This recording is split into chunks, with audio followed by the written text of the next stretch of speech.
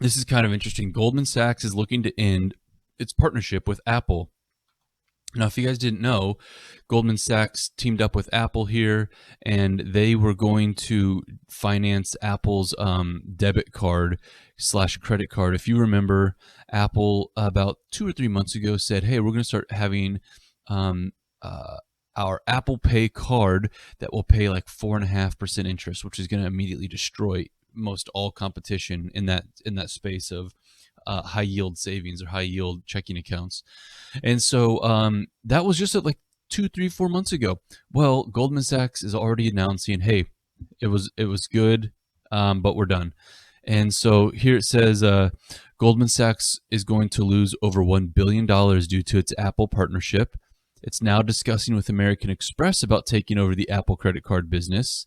And they are only 2 years into a 10-year agreement. So why would they sign a 10-year agreement and then break it so soon? What do they see that no one else sees? And so, here's some interesting. Let's see right here. Given yesterday's report that Goldman Sachs is looking to bail on its partnership with Apple, I thought it would be interesting to do a breakdown of the increasingly messy relationship between the two companies. After forging their partnership in 2019, Apple appears to have thrived while Goldman Sachs has suffered. Apple Card launched to the general public in August 2019, allowing users to apply for the card and check their credit lines and approve status without a hard credit check. A report a few months later revealed some early details on Goldman's investment in Apple Card. By all indications, it was a successful launch. Blah blah blah. Okay, here. While Apple Card continued to grow in popularity with over 6 million estimated cardholders, some early signs of struggle began to emerge. In May of 2022, Scott Young, a Goldman Sachs executive credited for his work on securing the Apple Card deal, left the bank. Young was a Goldman's head of partnerships in 2018, which is when Goldman and Apple reached an agreement to work together on Apple Card. Next, Goldman announced that it was facing a probe from the Consumer Financial Protection Bureau over its consumer credit card business.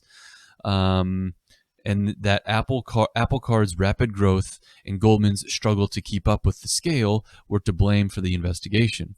So anyhow, it looks like, and then finally, Goldman received far more disputes than it counted on from Apple Card customers, and it struggled to manage that growth, especially given all of the regulatory requirements that surrounded credit card disputes. Okay, so blah, blah, blah, blah, blah. What it's sounding like is poor old Goldman Sachs, they thought they had a good thing going and they just weren't ready, which honestly, I don't even know that I believe that, because it's Goldman Sachs and Apple, two of the biggest titans in their respective industries, and you're telling me that Goldman Sachs couldn't keep up with this. However, that's not it, because then a lot of people are talking about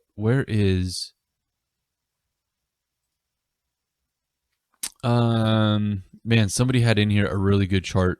I'm looking through the comments right now. Somebody had a really good comment about how Goldman Sachs is trying to get out of consumer credit altogether and not issue any consumer debt at all. So whatever, I'm not going to be able to find it for you. But that so it looks like Apple is winning the deal here. Goldman Sachs is backing out, and they're trying to. Here's the other thing: if it's a hot, steamy pile of garbage, why would American Express even take that deal? So those of you that own American Express stock, hope that if it's that bad of a deal, that they do not accept and do not say yes. So anyhow, that's what's going on with Goldman Sachs and Apple. It looked like a great deal, but it looks like it's maybe falling apart. So anyhow, let's move on to the next topic here.